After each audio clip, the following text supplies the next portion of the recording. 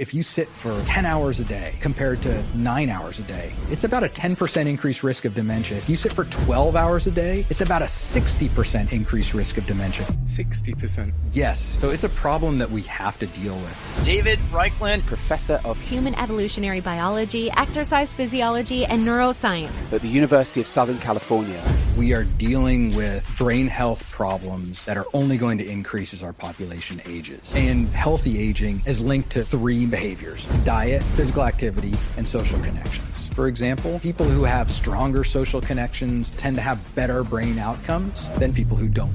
Does excessive alcohol use to shrink the brain? Yes, over 1 drink per day is associated with negative health outcomes. Sleep is the other one that's a big factor in cognitive decline, right? It is. Less sleep and lots of sleep are both associated with higher risk. Is there an optimal amount of exercise? Physical activity guidelines are 150 minutes per week, but only 25% of adults in the U.S. meet those guidelines, with older adults doing 2 to 4 minutes per day. 2 to 4? But there are these small activities that provide big benefits, that generate new neurons, and those neurons get integrated into key parts of the brain.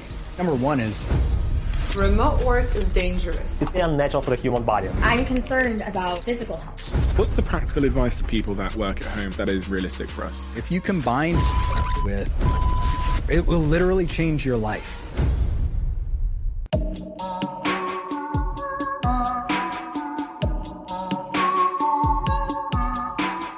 David, if you had to summarize the essence of what your work shines a light on and what it intends to help us understand as human beings, how would you summarize that? What my work has been focused on is understanding how and why physical activity, especially, and lifestyle behaviors in general can impact health, and most specifically impact the health of our brains. And I think that, we are dealing with brain health problems that are only going to increase as our population ages. So we have 6 million people in the U.S. today that are diagnosed with Alzheimer's disease or other related dementias. That's projected to grow to around 13 million people over the next 25 years or so. We're projected to have 150 million people diagnosed with dementia worldwide over the next 30 years or so. So it's a problem that we have to deal with. And my work has been focused on ways that we can prevent these diseases that are associated with aging. Why does the brain matter? And I say this in part because I think for most of my life, I just assumed, I understand muscles. I can go to the gym and work on my muscles. But the brain, I just thought, is this like piece of tofu in between my skull that I have very little control over. Yeah. I mean, I think that was the prevailing view for a long time, that, we grow our brains as children and during adolescence. And by the time you're in your 20s, your brain has done all the growing it's going to do. And now it's just this progressive shrinking over the rest of your life.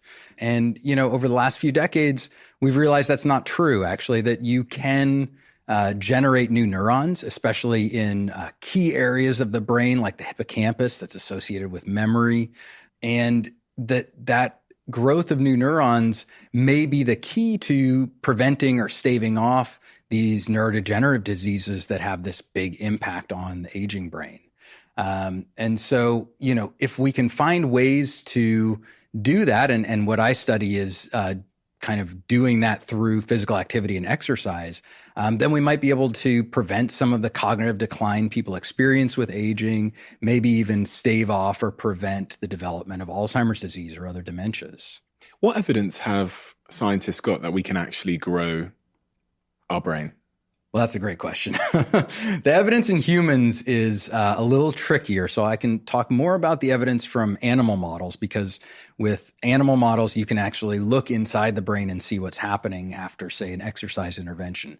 So there have now been many, many studies, especially in mice and rats, where researchers have shown that if you give them access to running wheels, or if you have them run on a treadmill, that you actually generate new neurons, and those neurons survive and get integrated into key parts of the brain. And we focus a lot on the hippocampus because it's so important to memory, which is a major aspect of being human, is being able to remember things. And researchers have shown very clearly that exercise and physical activity in these rodent models leads to the birth and survival of new neurons. What is a neuron? A neuron is the main brain cell. So a neuron is sort of the main cell in your brain that's responsible for communication and transmission of information across brain regions. And where you said this hippocampus thing, which is where I know you referenced that it's a sort of center point for memory. Yeah. Where is that located in the head? So the hippocampus is in the deep in the temporal lobe of the brain. It looks like a seahorse, if it's kind of this curved object in the brain that plays a big role in different aspects of memory. So it plays a big role, especially in working memory, which is keeping things in your memory over the short term that you may need to recall quickly. And it also plays a big role in the formation of memories of events that happen in your life, and also in spatial navigation, which is an important part of moving around in the world. So it's a really key part of the brain. And it's also one of the parts of the brain that is most affected by neurodegenerative diseases like Alzheimer's disease. So it is a part of the brain that deteriorates in these diseases, leading to memory deficits that have a big effect on your daily life. Is that the only part of the brain that we're able to sort of regenerate? Or can the rest of I'm thinking about these rats and these mice. If we put them under a brain scan, would we see the mass of the brain increasing? It's a good question. And is it just that little seahorse hippocampus part, or is it the whole brain growing? So in rodent models where researchers have done sort of this detailed work, the hippocampus is mainly where new neurons have been found associated with exercise.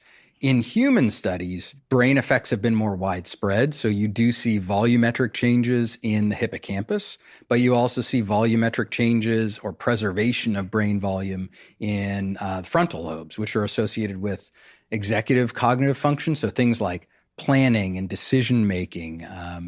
Where do we need to begin to understand this relationship that humans have between exercise and their brains? There's got to be a point in history where exercise became, I guess, pro-survival in a way, where it became sort of imperative for us as a human species to do in order to preserve and extend our cognitive capacity, I guess. Yeah, I mean, all animals generally have to move to survive, right? They have to move to find food in some way. But at some point during human history, our pattern of movement shifted pretty dramatically. And we think that was around 2 million years ago. And at that point, we shifted from a more ape-like lifestyle to a hunting and gathering lifestyle, where our travel distances increased drastically. So we were moving over, 20 kilometers sometimes per day, sometimes longer. And our intensity of movement probably shifted a bit to higher intensities. And so the need to be physically active changed. And if we think about the way that our physiology evolved in this context of large levels of physical activity on a consistent basis. And so I like to think of that as sort of the normal condition for humans. And anything else, so as we kind of progress into modern times and many people have dropped their activity, that's actually the condition that is quite different from the way that our physiology functions best and from the way that our physiology evolved. Does this mean that if I don't do physical activity, my brain will shrink? That's a good question. I mean, on a broad public health scale, yes, low levels of physical activity or inactivity is associated with poor brain health, smaller volumes of key brain structures, so smaller hippocampal volumes, for example, and worse cognition overall, and greater risk of dementia and Alzheimer's disease. On a personal level, it's hard to say specifically, right? Because there's so many factors that go into your risk of dealing with these conditions. But I can say that the best way for any individual to reduce their risk of cognitive decline is to be physically active. What exactly is going on in my brain then when I'm physically active that's causing my brain to be protected, insulated from things like Alzheimer's and dementia, and in some areas of the brain to actually grow? What is actually happening inside? A lot of fun things.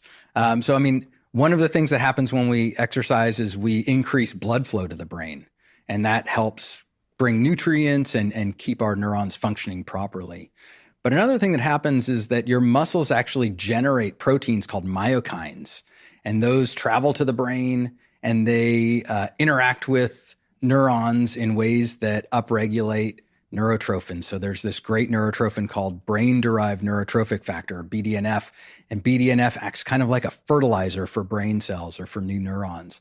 So BDNF, when it's upregulated with exercise, helps both the birth of new neurons and it helps them to survive and integrate into the processes that they're meant to work for.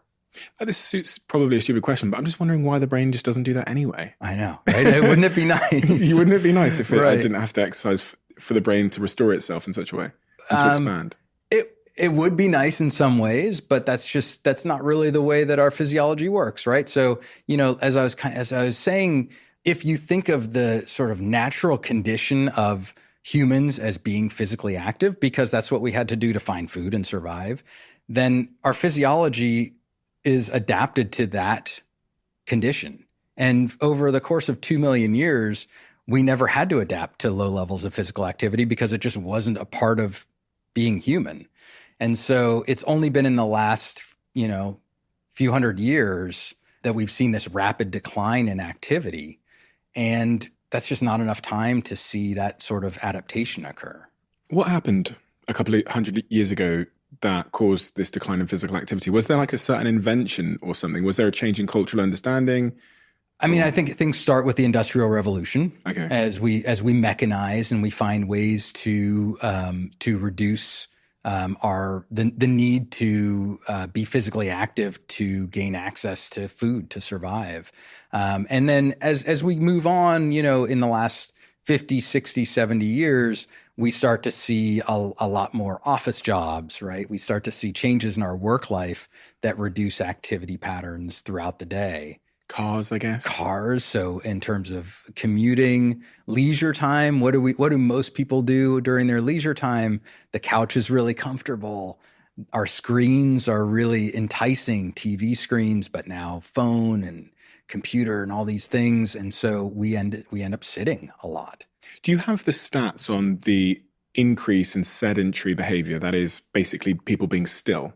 It's hard in terms of increase because we haven't measured time spent sitting for very long. That's really been a pretty recent part of research. But we do know that today people are sitting for, on average, 9 to 10 hours per day.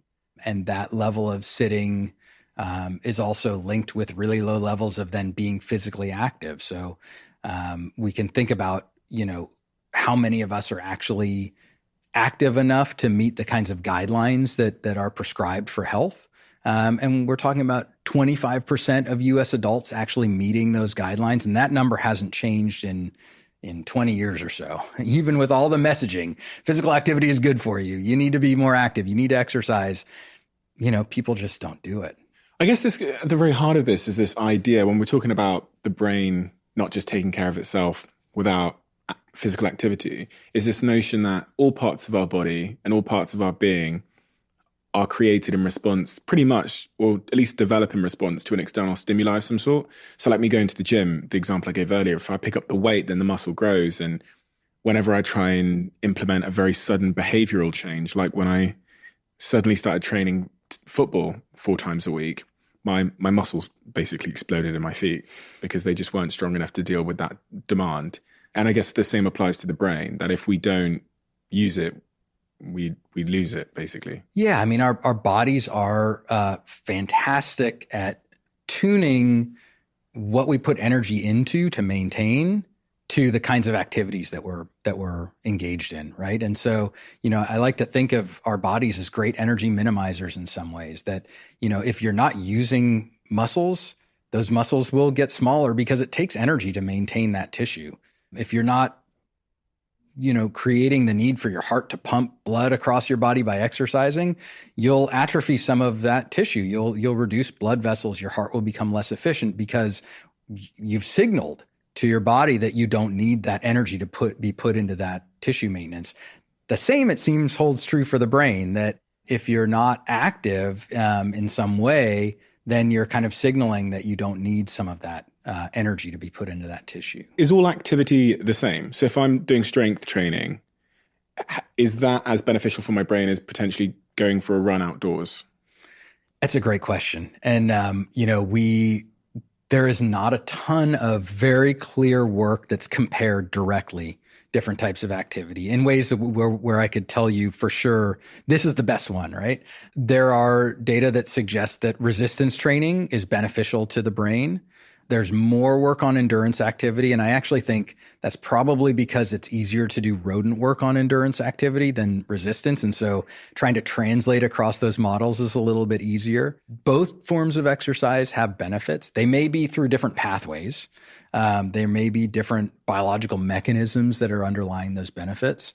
I've kind of seen some cool work coming out lately that has tried to look at for example, different types of endurance exercise. So there's a great study that came out. Are you familiar with orienteering? It's a sport where you're given like a map and a compass, and you have to find your way across a route as fast as possible. So it kind of mixes endurance activity with spatial navigation and moving around your environment and figuring out where you are. Typically done outside, right? Oh yeah, always done outside. Typically done on natural, like on trails and things, but people do it in cities as well. Oh, okay. So and this is over miles and kilometers. Right. Yeah, this would be like a trail run kind of, or something like that.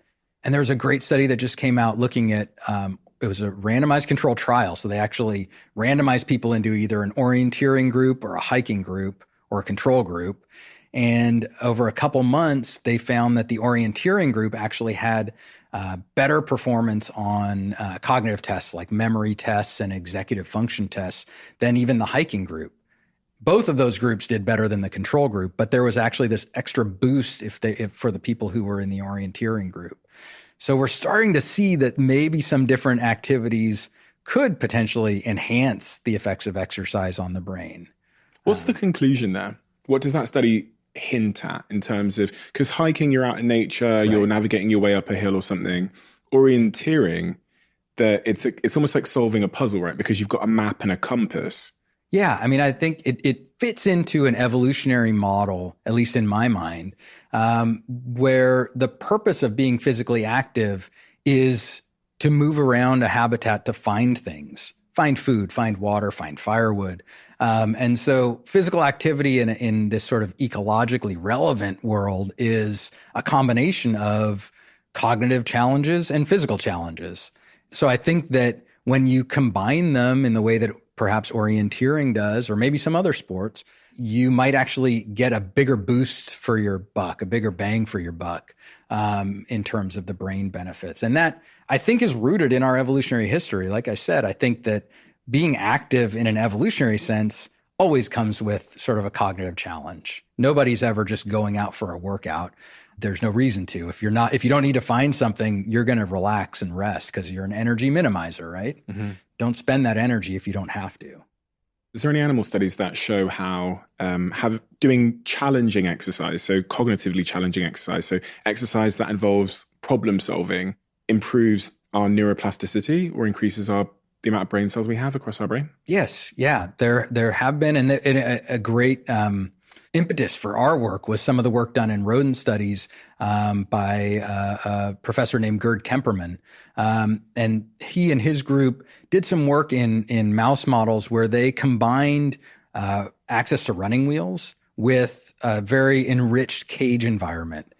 So they did a very careful study where they looked at some mice who were just living in their cage, normally a control group. They looked at mice that were given access to a running wheel.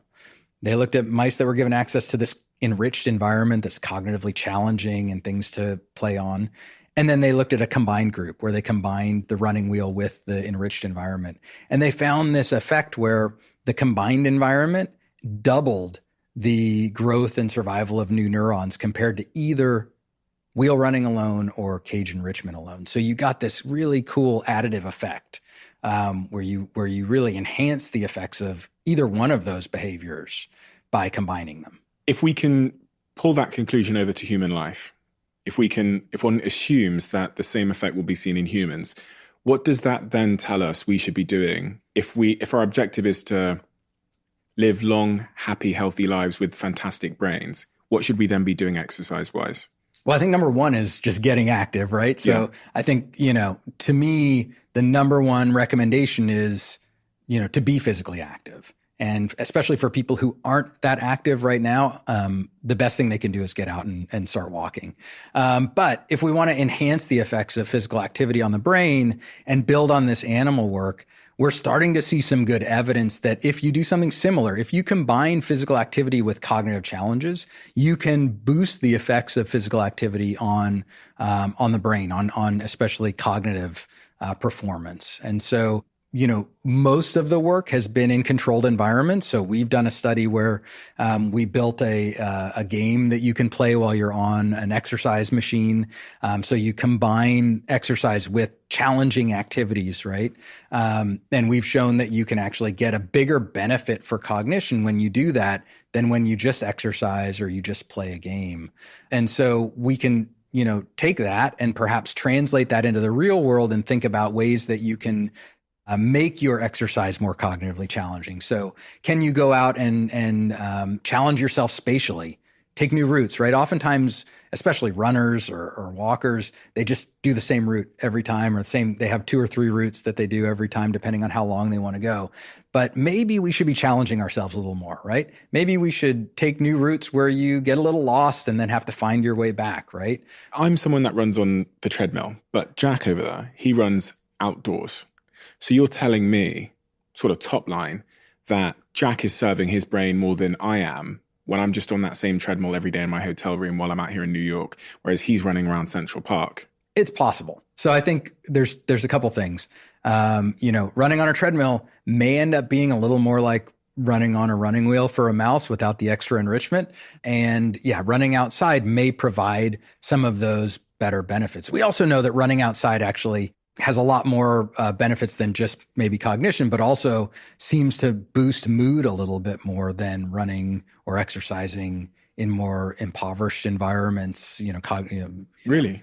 Yes. So there's a research movement called the Green Exercise Movement that is focused on the impact of exercising in green spaces versus more urban environments or indoors on exercise equipment. And I don't want to scare anybody. No. Like I said, exercise is great. If running on a treadmill works for someone's lifestyle, it is fantastic exercise. But you know what I mean? I could go outside. Yeah. So the only reason I'm not is because I don't know the difference. And it's for someone like me, of course I could have gone outside this morning instead of just being on the treadmill. But I thought they were the same. Right. So you telling me that there is potentially some upside, according to research, in me getting outside and running in both mood and neuroplasticity makes me go, okay, tomorrow I'll make a different decision. Absolutely. I think to me, that's the really surprising outcome of a lot of this research is that moving outside and especially moving in green spaces, so moving in parks or near parks or moving on trails, things like that, seems to have bigger benefits, especially for mood. We don't know yet about the cognitive benefits. That's our hypothesis. But certainly some of the research out there suggests that for mood and feelings of well-being, moving your body in a green space provides a little bit extra benefit than moving in like I said, in city streets or in indoors. One of the things I notice all the time is if I exercise before I do this podcast, my brain just seems to work. Yeah. Whereas if I get out of bed and I don't exercise and then I come and do this podcast, it's like the words just don't go from my brain to my mouth properly. Yeah. I mean, that's why I got into this, right? Because I started noticing the same thing. And I started noticing how much better I felt after I exercised. And, and to this day, right? I mean, my wife knows when I didn't go for a run in the morning, right? I'm not that pleasant of a person to be around the rest of the day. What is going on there? Do you know the sort of physiological reason why it feels like if I exercise in the morning before I have a 2-hour conversation, my brain and mouth seem to be connected? One of the things that I think is happening is that you've activated reward centers in your brain that have increased your arousal, right? You've activated these centers in your brain that are making you feel good. And when we feel good, we feel more confident. We're not as sort of stuck in our heads. We're more present. But I think that is rooted in the rewarding sensations of exercise, right? It makes us feel better. And when you feel better, you function better across all aspects of your body, of your life. And those rewards are molecular rewards that are popping up. There's similarities with how people feel when they use certain drugs. They're activating similar receptors in your brain as when you're using certain drugs, although to a much lower extent. And it's making you, sharper and making you more confident and making you feel better. Is there an optimal time of day to exercise? I know, to your point about any exercise is better than no exercise, but is there an optimal time to exercise? I mean, when do you exercise and why? Well, I exercise first thing in the morning. Why? Because I will feel better all day, right? And so, there's two reasons. I think one, if I save exercise for later in the day, there's a greater chance that things will come up and I'll find excuses not to. But mainly it's because first thing in the morning, if I exercise, my whole day is better, right? And so that's the motivation to get out of bed for me and get out the door is I literally think about how I will feel if I don't do it. Because sometimes it's cold. Sometimes it's dark, this time of year, you don't want to do it. But if I think about how I'll feel the rest of the day, that's a big motivator. And people might hear this and they might be starting from zero, right? Yeah. They might not be exercising at all. What would you say to those people? Not to be intimidated by the advice out there about how much you have to exercise, because it's actually surprising how little you need to exercise to gain benefits. So if you're starting from zero, the biggest bang for your buck from a public health standpoint are people who are starting from almost zero and just starting to exercise a little bit, right? Just getting out the door and taking 1,000 steps, right? Something like that. If, those sorts of small amounts going from 0 to 2, 3, 4,000 steps per day of exercise, that's the biggest public health benefit.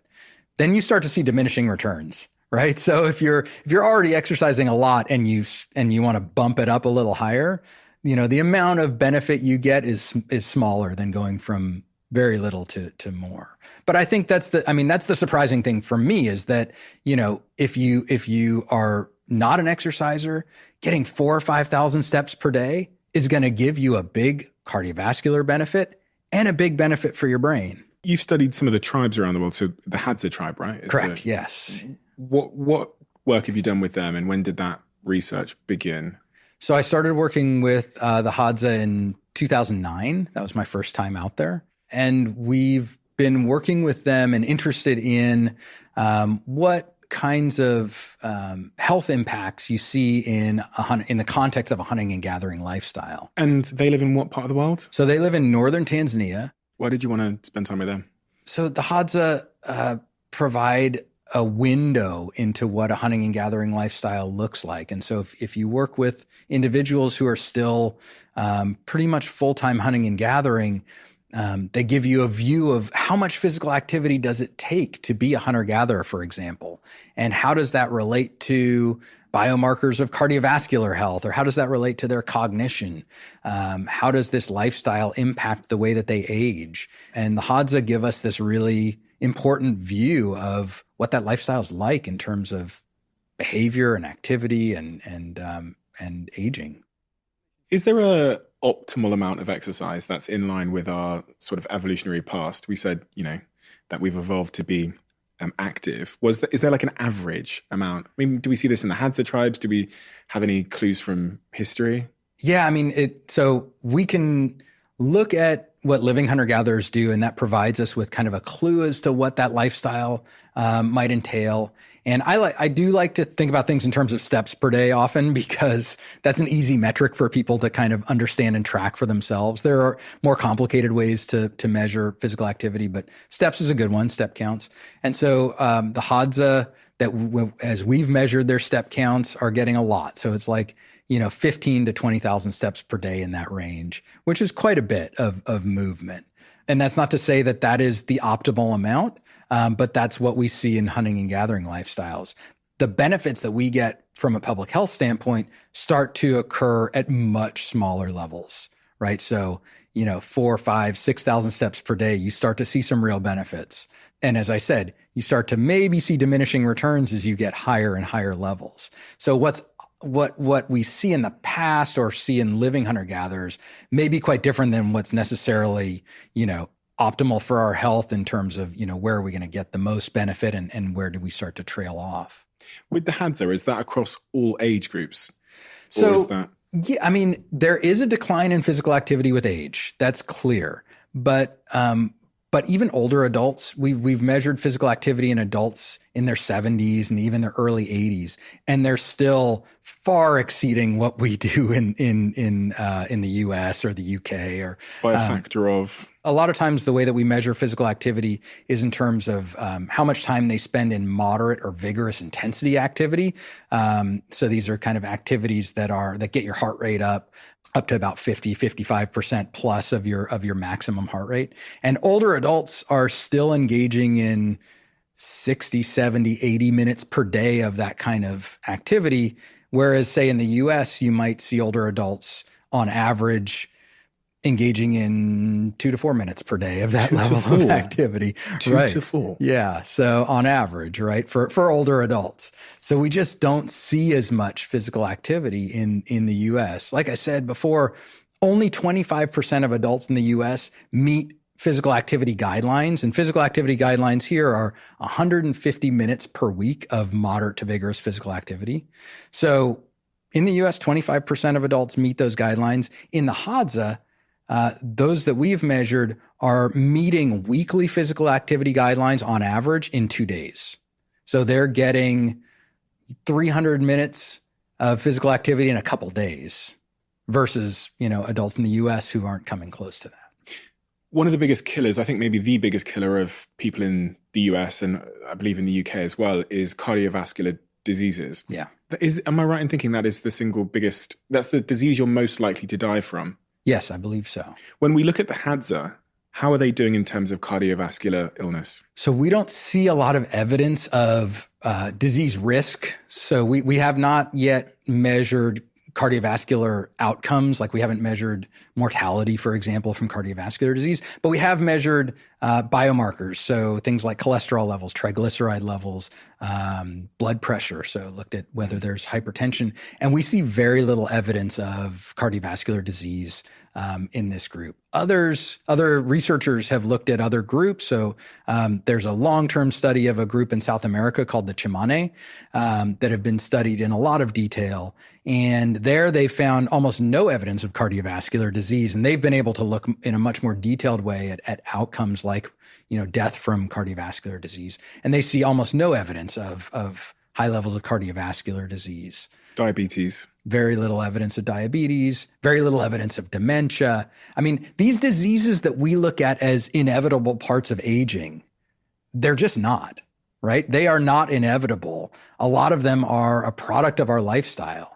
And, I'm most familiar with dementia, and something like 40% of risk of dementia is preventable. It's due to lifestyle, right? We have the ability to modify our risk in really big ways by altering the way we live. What else has inspired you or caused you to implement behavioral changes into your life, new habits based on your work researching the Hadza tribe? Is there anything at all that has either changed your mind or modified how you live your life? Yeah, I think a couple of things. Number one, physical activity is sort of the cornerstone of my life. That's been driven by my personal sort of enjoyment of it, but also from a research standpoint, that's been really motivating to maintain an active lifestyle across these years. But more recently, I've been really interested in sitting, which is, in some ways, it's not really the opposite of being physically active, but it's another behavior that we engage in actually for much more time per day than anybody's physically active. And we've done a lot of work on resting behaviors in the Hadza, and that's been an area that I've sort of tried to pull into my life as well, is trying to understand, how sitting can impact our lives, and then how our evolutionary biology may be tweaked by this behavior. And so I've tried to implement some things like trying not to sit too long, trying to break up my sitting, finding ways to not be stuck in a chair all day. And a lot of that's driven by my research. What's the issue with sitting? So sitting's a beautiful thing, right? I mean, we're doing it right now. It's really comfortable. And the reason it's comfortable is because we've basically taken all of the load off of our lower body. So we're supporting ourselves in these chairs, right? You got to move around. Yeah, suddenly you mention it. I'm like, when I give talks about sitting, all of a sudden I start seeing people fidgeting, right? Some people get up and stand up in the back. So, you take the load off of your lower legs and your muscles don't have to work. And, not surprisingly, that's super comfortable. We're not working hard. But at the same time, what's happening is our muscles not being active means that what we normally do to fuel muscle activity, which is, we break up triglycerides in our bloodstream, and those are broken up into fatty acids that fuel muscle activity. That's not happening. And so those fuels now build up in our blood vessels, and that's associated with cardiovascular disease. So sitting for long periods of time is associated with some negative health outcomes. And one of the things that we've learned from working with the Hadza is that, people rest a lot. Like the Hadza, they rest and sit for as long as we do, which was actually super surprising to us. We thought that wouldn't be the case. We thought they were going to be active, all the time, and there would be much less sitting. But when we finally actually measured it with accelerometers, they're resting for the same amount of time that we are. But they're not sitting in chairs. They're resting in postures that require a little muscle activity. So they're squatting, or they're kneeling, or they're sitting on the ground in ways that, you have to kind of keep shifting your body around. And it's possible that just that kind of low level of muscle activity is how our bodies are well adapted to rest. And what's weird is the invention of chairs. And what's weird is the invention of these objects that completely eliminate the need for our lower bodies to use muscle activity. Chairs a fairly new invention. When did chairs come into the picture? The first chairs that we know about from the archaeological record are about 5,000 years old. But the ubiquitous use of chairs is probably even more recent than that, right? Chairs are these weird objects that they're not only, ergonomic and made for, our comfort, but they also over history have had implications for economic status and power, and taking a seat at the table and a throne in terms of political power. Where you sit has always been important from a political and economic and social standpoint. So chairs have sort of taken on a big part of our lives. And if you walk into someone's house, generally the first thing that you're seeing is their seating environment, right? Mm-hmm. Chairs and couches and places to sit are part of the way we design our world. We don't think about them that often, but we use them more than almost any other object in our lives. It's kind of like we assume they've just always been a thing. It's right. With most of these things in our life, we assume that this is just the way it's always been, and this is therefore normal and acceptable. But it must be pretty illuminating to go and see these tribes who, they must think we're crazy. They must think we're so strange by the things that we do. I mean, they do, but at the same time, when we work in Hadza land, we bring chairs because they're comfortable. And, the first thing that happens when we're out there is, this crazy game of musical chairs that if one of us gets up, someone comes over and sits in our chair. And why is that? Because they're super comfortable. And so I don't think they necessarily think we're crazy. I think they enjoy sitting in the chairs. They just don't have them. Be careful not to leave any of them there. Well, that's what happens is, we'll go out for the day and go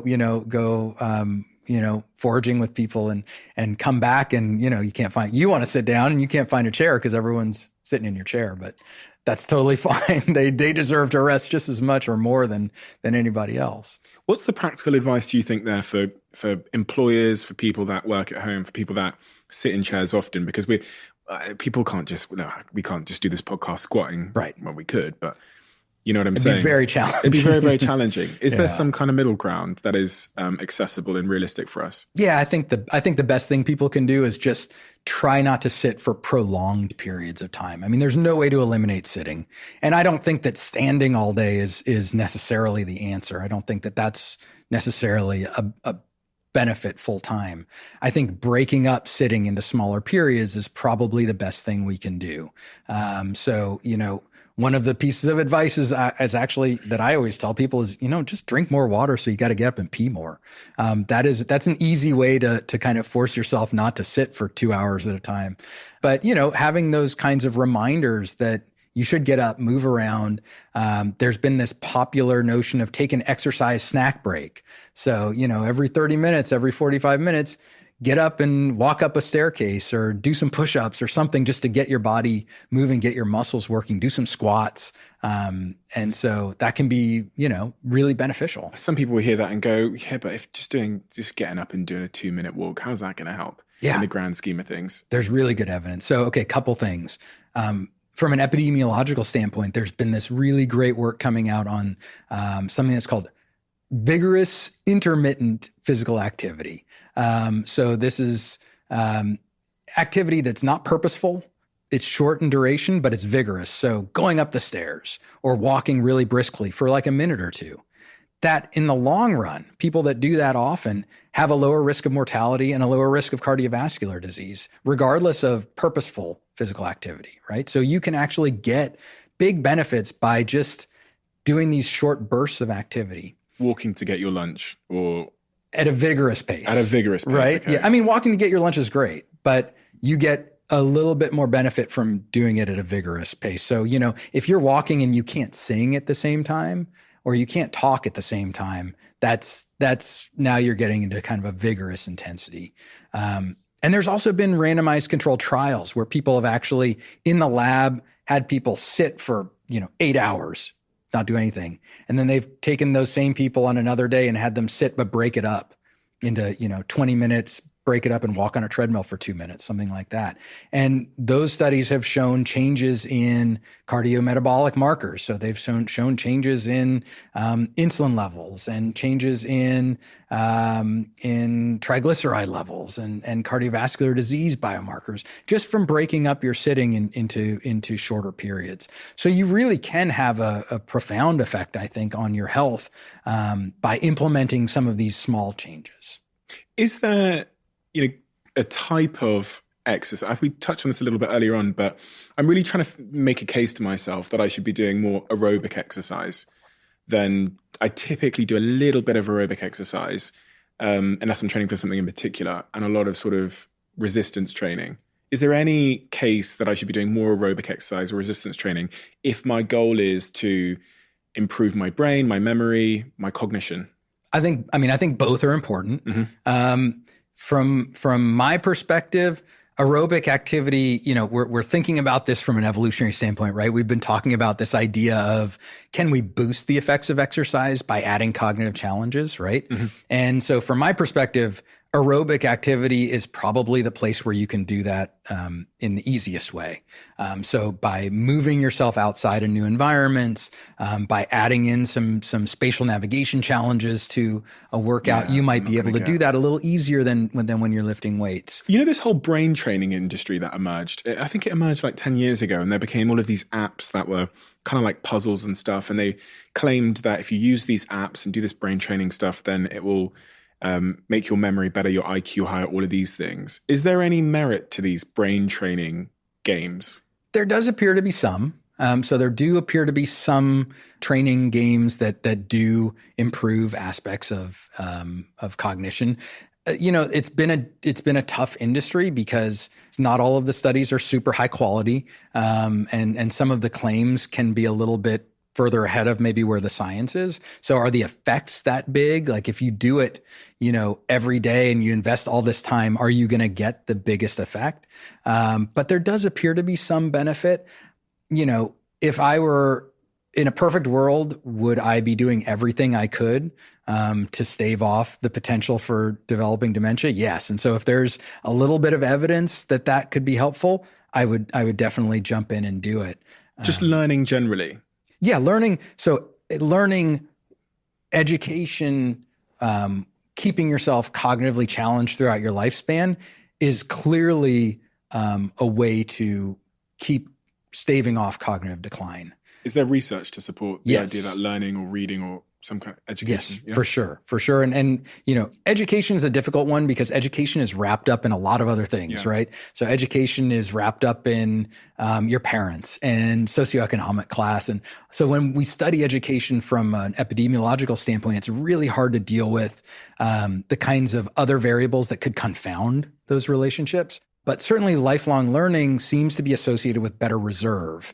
So one of the things that we think about in terms of cognitive aging is how much reserve do you build up over the course of your lifespan so that as we undergo some atrophy and decline, which is kind of inevitable, have you built up enough reserve so that that decline doesn't impact your daily life, right? You have enough of this built up tissue and built up reserve and built up connections that even if you undergo some decline or in tissue, it doesn't impact you. Reserve being kind of like pathways. Is that reserve could be pathways, right? It could be volume. Okay. So it could be a bigger hippocampus, okay, or it could be the connections between your hippocampus and other parts of the brain. And both of those are important. And you can build those up across your lifespan with physical activity, with cognitive engagement, things like that, and with avoiding some of the sort of negative health behavior like smoking or excessive alcohol use. Does excessive alcohol use and smoking shrink the brain? They do. They are risk factors in cognitive decline and the development of dementia and Alzheimer's disease. How much alcohol?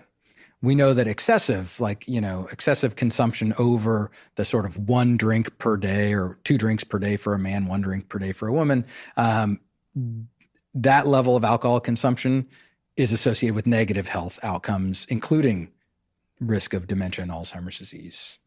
So sleep is the other one that's a big factor in cognitive decline, right? It is. And why? Sleep, a lot of things happen during sleep that are really important. One of the things that happens during sleep, we think, is that it's a time where your brain is clearing these plaques that can build up that are associated with neurodegenerative disease. And so if that's the case, and there's been some evidence that suggests that sleep is when some of that clearance is happening, then poor sleep quality just doesn't allow that function to occur. It allows those plaques to build up.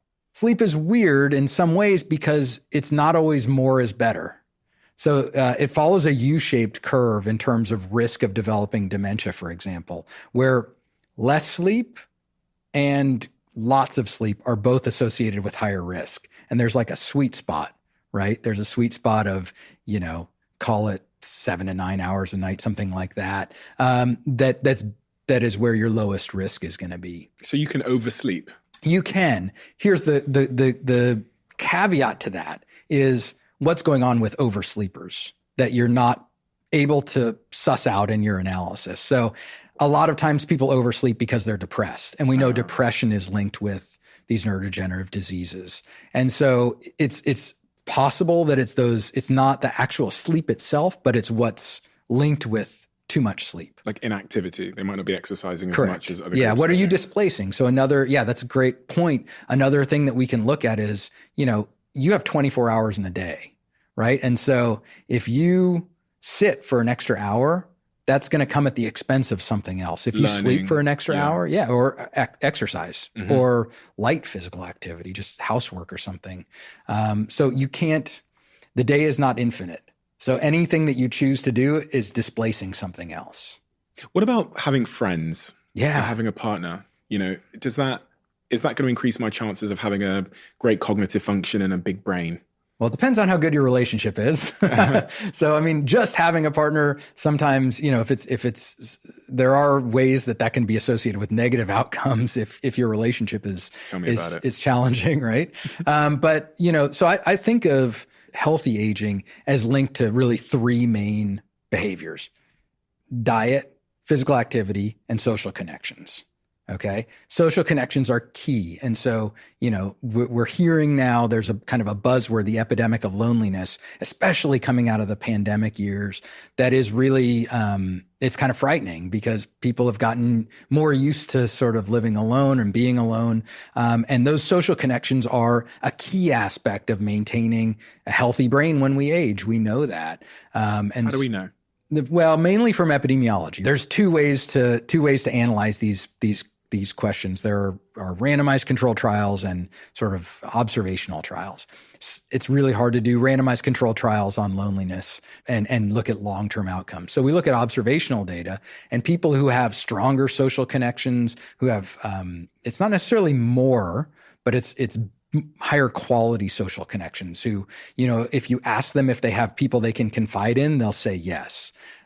Those people tend to have better brain outcomes than people who don't have those connections. And if you think about it, again, I don't want to make a sort of an easy evolutionary argument where we just say, this is how we evolved, so this is how we should live now. But I mean, if you think about our evolutionary history, for the most part, we lived in a time where social connections were imperative to survival, right? I mean, if you are living in a hunting and gathering lifestyle, you need those social connections. You can't guarantee that you will find food every day. So you need to have connections with other people who you trust and they trust, who you're willing to share with, right? And so those social connections become inextricably linked to your health. Does pollution have an impact on our cognitive performance? Yeah, that's been a surprising and really kind of sad result of a lot of research lately, is that air pollution has real negative impacts on brain aging. And we've seen that in acute studies where people have looked at the effects of, what's going on in your peripheral blood when you commute in traffic, right? When you ride your bike in traffic. But also from an epidemiological standpoint, people who are living in areas with higher air pollution have a higher risk of developing Alzheimer's disease and other dementias. One of the things that we've done some work on, we were really interested in whether physical activity either could diminish those impacts of air pollution on the brain. But also we were thinking, well, when you're active, you're breathing more, right? Your respiration increases. So you're breathing in more pollution, more particles. So could that actually, have an impact on the benefits of activity on your brain? And we found, we've looked at this in a couple of ways, and both for some brain structural outcomes and for risk of dementia. Exercising in or being physically active in an area with even moderate levels of air pollution diminishes the benefits of physical activity on the brain, which is a real bummer, especially for me. I live in Los Angeles, which is it's an area with a lot of air pollution.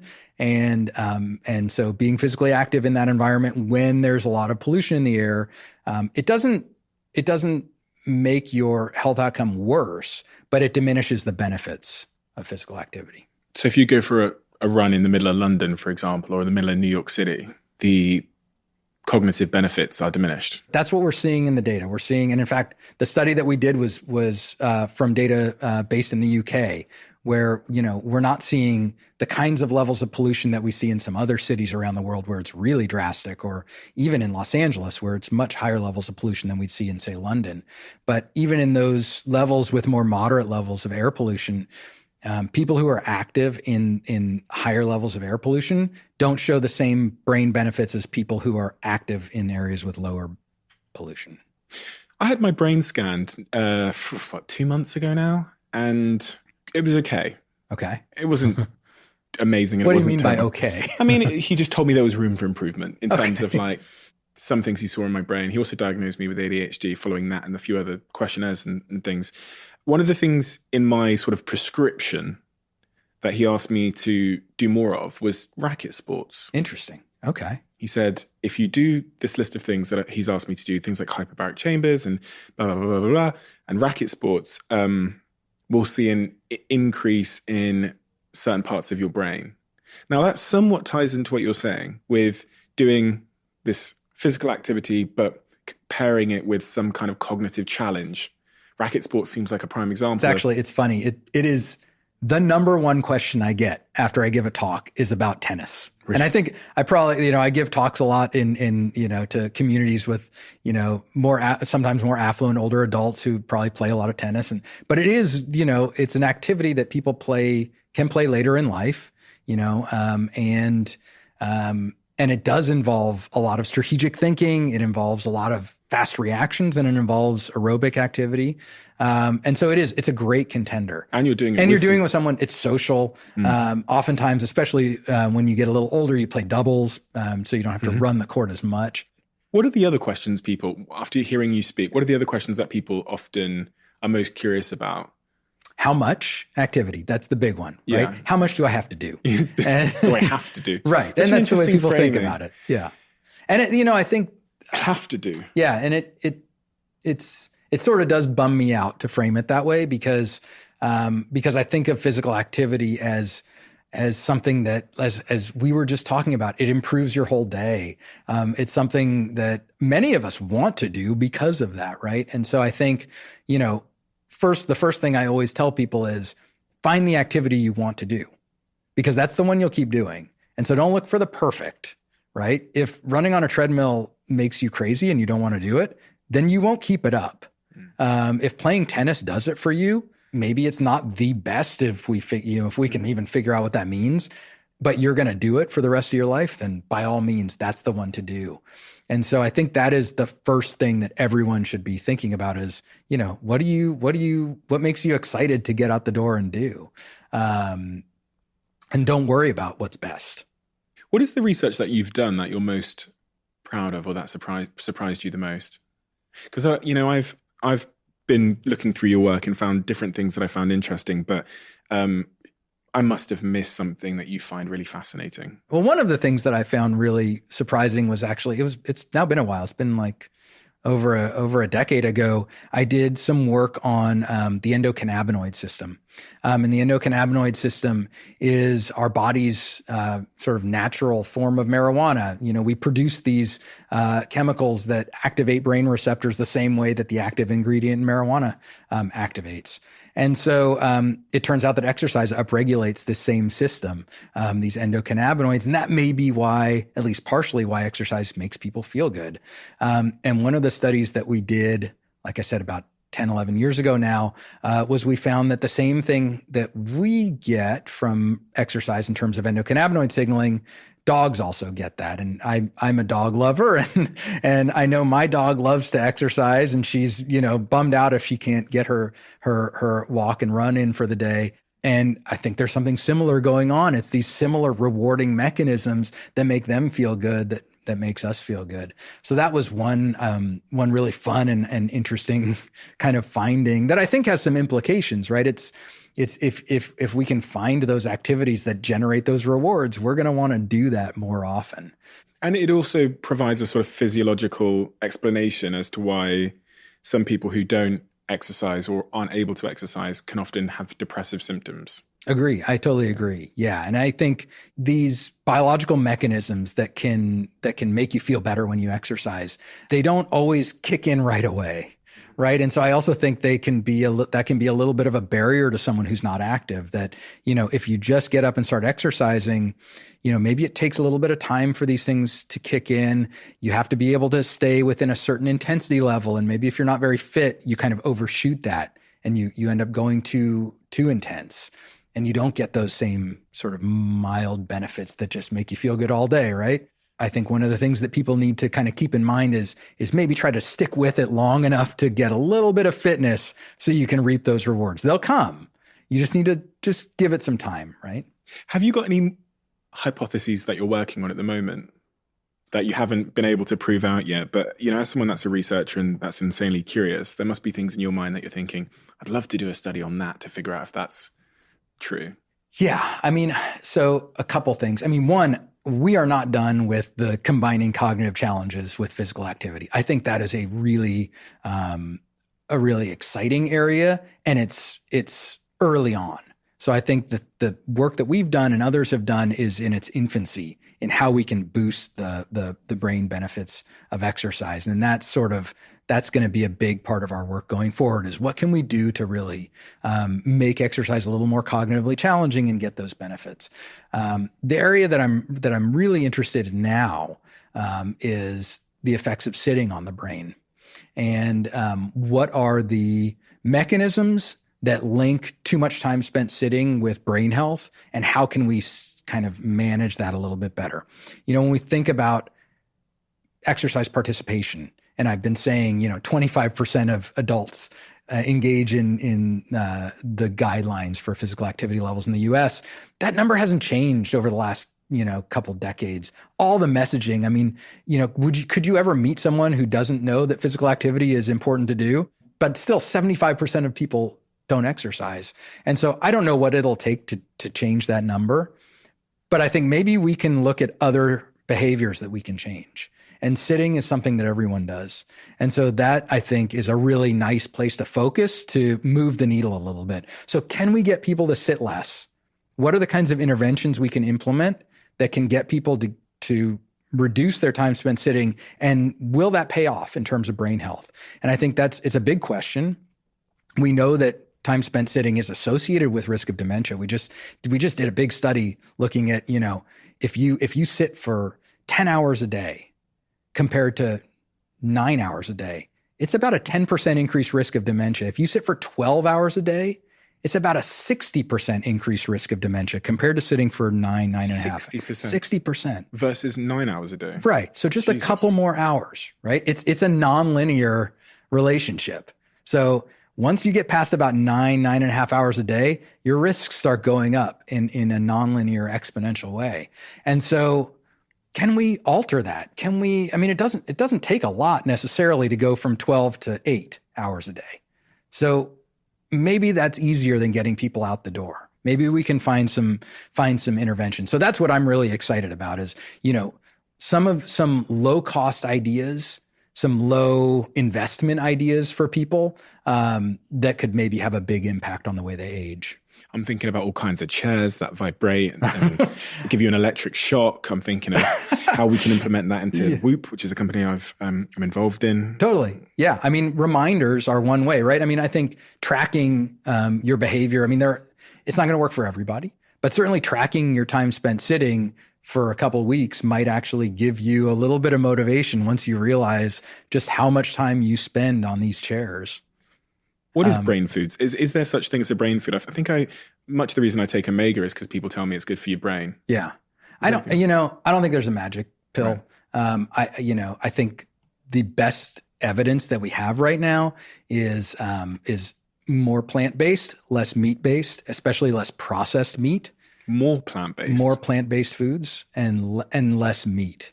Less meat. Yeah. Here's where the difficulty lies in all of this research. To study brain health, you need to observe people over long periods of time. And so you can't implement a 10-year diet intervention. Just nobody will follow it. So all of the research that's really strong in this area is asking people to report what they eat and then tracking what happens to them over time. So it's difficult work, but the best evidence is that aspects of the Mediterranean diet seem to be linked with better brain outcomes. So more plant-based, more legumes, more whole grains, less processed food, less meat, less sugar.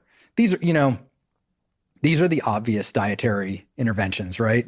And I think they're obvious for a reason because they seem to be so good for so much of our bodies and so much of our cardiovascular, metabolic health and our brain health. If there was one fundamental misunderstanding that most people have, that your work and your experience has rebutted, I guess, what is that fundamental human misunderstanding about the nature of our bodies and how we're supposed to be living to be optimal? I think the most dangerous misunderstanding is how much exercise it takes to get benefits. Right. And I think that's because that acts as a barrier to people. And what we've seen from the epidemiological work is that, there are minimal amounts of activity that provide big benefits. More is generally better, but you can get huge benefits just by moving your body a little bit every day. And so I think that's, as I said, it's a dangerous misconception because it's a barrier. When someone doesn't exercise at all and thinks, I need to get 12,000 steps per day and I'm tracking it and I'm getting 3,000, that's a pretty big gap. And that's one that maybe you don't think you can fill. But if you're getting 3,000 and you think, if I get to 5,000, I'm going to get a big benefit, that's motivating, right? It's so true that sometimes going from 0 to 1 feels so inconsequential and somewhat embarrassing that we just don't do it, because I think many people think of 0 to 1 as like 0 to a 5-day-a-week gym attendance record. Right.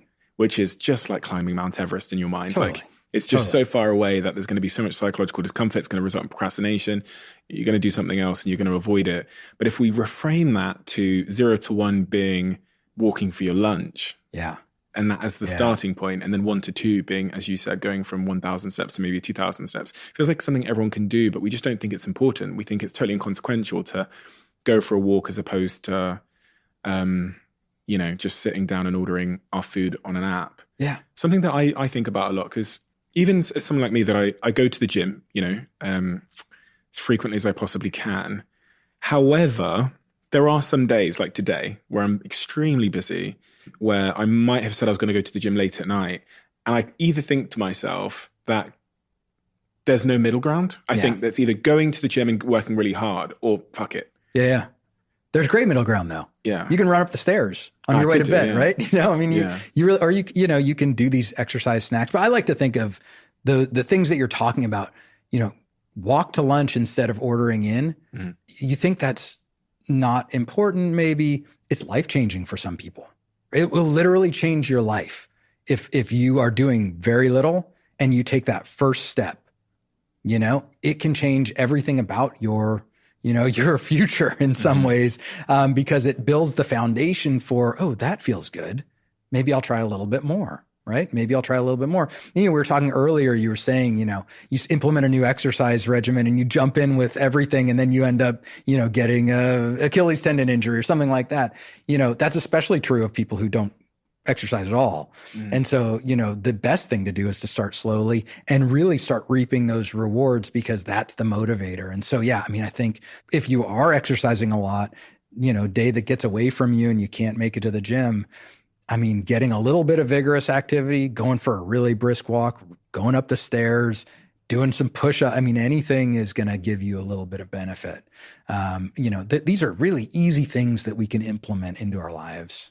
Does Alzheimer's exist on a spectrum per se? And is what one end of that spectrum sort of just general cognitive decline and memory reduction? Because I sometimes wonder, obviously my job here is I interview very intelligent people, and those people come in all shapes, sizes, and ages.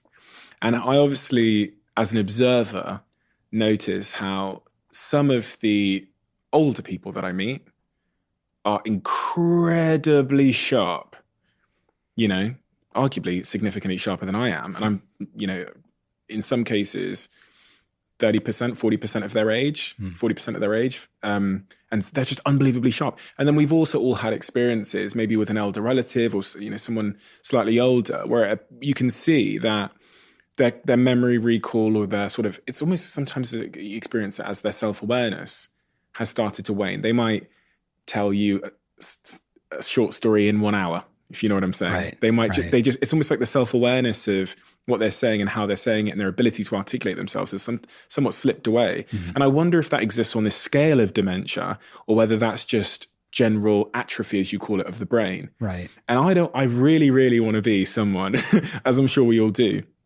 that has, my brain works until the day that I die. Yeah. Yeah. We all want that. Yeah, we all want that. And, of course. And that's why I wonder if it's the spectrum, It is a spectrum. Yeah, so there's sort of a normal amount of cognitive change that happens with aging in most people, that in general should not impact your daily life greatly, right? You should still be able to do all the things you want to do, navigate your world in the way that you want to. You may have some, it's inevitable that there will be some memory changes, some changes in your executive functions planning, but not the kinds of profound changes that we see in people with dementia. And so dementia is cognitive decline that impacts your daily life in a way that makes it hard to keep doing the things you want to do. When you start to get down into sort of the nitty-gritty of different types of dementia, Alzheimer's disease, which is by far the most common, has a lot of pathological features that make it a progressive disease, right? That mean, you will continue to decline over the course of the disease, and there's no way to stop it really that we know of. But there's always going to be some change in your brain with age that you can't fully stop for most people. I've also always wondered about this, is totally random, but I've said this a few times to a few people, this idea that when a spouse or a partner passes away, people seem to go into pretty quick cognitive decline and their sort of mortality risk seems to multiply. And that could be a very complex thing to do with cortisol and other things going on in the body and hormones. But I wondered if there was accelerated atrophy if I'm 85 and my wife passes away. Yeah. So, I mean, a couple things are going on. Grief in itself is associated with brain changes. There's been interesting work on that. Brain changes? Yeah, I mean, there are cognitive changes and structural changes that happen when you're grieving. I think some of this is depression as well. That's clear. And one of the things, untreated depression can start to look a lot like dementia. It's a risk factor for dementia, but it can also look like dementia because when you are undergoing depression, a lot of things happen. You stop paying attention when you're talking to people. You're not as present. And so, what can sometimes seem like a memory deficit might be because you weren't able to pay attention to what was going on in the first place. And so I think one of the things that I worry about with older adults a lot is making sure that depression is treated, because especially when there are cognitive challenges that they're experiencing, they're feeling like have declines in their thinking and memory skills, making sure they're not depressed is the first step, because you can treat that. And actually, you can treat that really well with exercise. So you might be able to get a couple of bangs for your buck by both treating helping to manage your depressive symptoms and getting the other brain benefits. But you can also treat it pharmaceutically or with therapy. And that can have a profound impact on the way that you think and the way that you manage those symptoms. So yeah, I think losing a partner, you're also losing a social connection. And we know that social connections are so important. And so that loneliness and that loss of a social connection is important. So I think that's all wrapped up in these brain changes. And these are all modifiable things. We can watch out for our parents or people in our community when these things are happening and try to help them maintain better social connections. We have a closing tradition on this podcast where the last guest leaves a question for the next guest, unaware of who they'll be leaving it for. And the question left for you, interesting, maybe a little bit obvious, but how can your work help the world? It's a simple answer, I guess, but I think it's profound. That if you sit less and you move more, you will not only help yourself, but you will also help the general population, right? I mean, when we talk about aging, it doesn't just affect you, right? It affects everybody around you. It affects your family, caregivers. It affects our economy. I mean, the U.S. we're thinking the U.S. might end up spending $1 trillion a year on Alzheimer's disease by 2050, right? And so prevention will have a big impact on our economy. And I'm not saying people should implement sitting less and moving more for our economy, but by doing that, you might actually, on a broad scale, have a big impact on our world. And so, I hope that message gets out there. That's why I was excited to do this podcast with you, because, I think it is a message that we need to keep repeating and find ways to help people do that, because I think it can have a profound effect on themselves, their family, and society. Are you hopeful? Well, that's a hard question to answer. I mean, I am on some level, because I think, especially with the focus on, start moving away from having people do big steps and trying to get people to do small steps first. I am hopeful that we can motivate people to implement these changes. I hope it's possible. It's been hard to do. Is the data going in the wrong direction at the moment, generally? What we just haven't seen big improvements in adherence. And I think one of the things I'm worried about is that worldwide, more countries are becoming more like the US and UK and instead of less, right? And our societies are aging. And so, we have a larger number of older people. And so just by the sheer numbers, we're going to have more people with these diseases. And so, implementing these increases in activity, reductions in sedentary behavior, hopefully will have these kind of profound effects on our aging society. But I think it needs to be our focus. Like right now, when we think about Alzheimer's disease, we don't have drugs that are going to have a big impact. I mean, there's some new drugs that are promising maybe, but the biggest thing we can do is prevention.